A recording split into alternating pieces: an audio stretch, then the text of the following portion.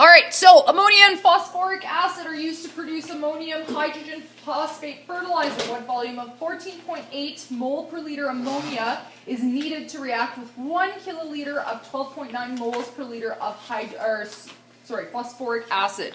Okay, so what's our first step? Always in stoichiometry.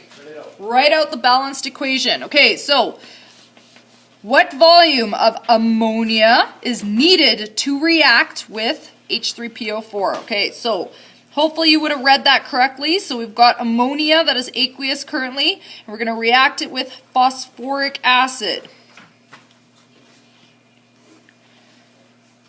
Okay, now ammonia and phosphoric acid are used to produce ammonium hydrogen phosphate fertilizer. Is this an easy equation, like a normal one that we usually follow? No, this is what kind of equation?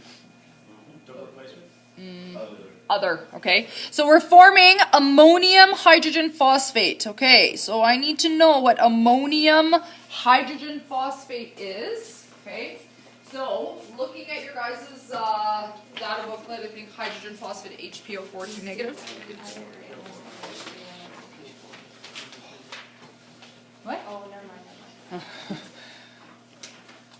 Okay, so hydrogen phosphate is HPO4 2 negative. So I'm going to need 2 of these to balance out each other. Okay, anything with ammonium is always going to be aqueous. Okay, so for this one, we're going to have to balance up a little bit. Okay. Is it ammonium? No. Ammonia is different than ammonium. Oh. Ah, see?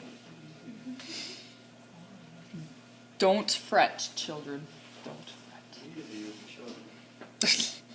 All right, so if I were to just double this, I do believe that we are balanced. Okay, I've got 2 nitrogens there, 2 nitrogens there. I have 9 hydrogens. There's 6 hydrogens there and 3 hydrogens. Okay, so I'm at 9, so I'm good. And then my phosphate, I can just kind of treat separately. Okay, does everybody see how that balanced out? Okay, so this is an other reaction. So now I have to match up my knowns and my unknowns. Okay, so what volume? So this is my question mark, and I'm given a concentration of 14.8 moles per liter is needed to react with a volume of 1.00 kiloliters. What's probably a good idea to do here? That's 1,000 liters. Okay. Convert that, so 12.9 moles per liter of phosphoric acid. Okay, so my unknowns and my knowns are listed in terms of the volumes and concentrations. Okay, so what do I do next?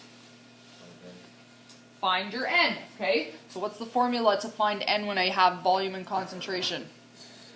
N equals C times V. Okay, so plugging in these values. 1,000 liters times 12.9 moles per liter. I'm going to get my N. All right, so 1,000 times 12.9. I'm going to get a very high mole amount. Okay. 12,900 moles. Please confirm that you got something of the sort. Okay, go through the motions of calculating everything out. I've got 1 confirmation, 2, 3. Okay, so now what happens next? Mole ratio. Okay, so what's my mole ratio that I have to multiply this out by? Times 2, my unknown coefficient, divided by my known coefficient, which is 1. Okay, so this is essentially going to be doubled.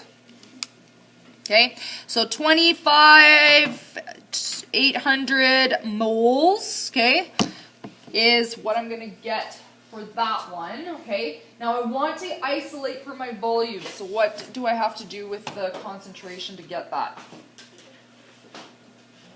Huh? Divide it, okay? So like I said, don't get stuck on the fact that you have to keep multiplying it, okay? So I'm going to take this value and I'm going to divide it by 14.8 moles per liter to get back up to my volume. I'm just going to stick that there because I have no room. Okay, so divided by 14.8 moles per liter, I'm going to get 1,743 liters-ish, okay? Now to fulfill my significant digits, I have a few options here, so what can I say? 1.7. 1.7, how many significant digits do I need?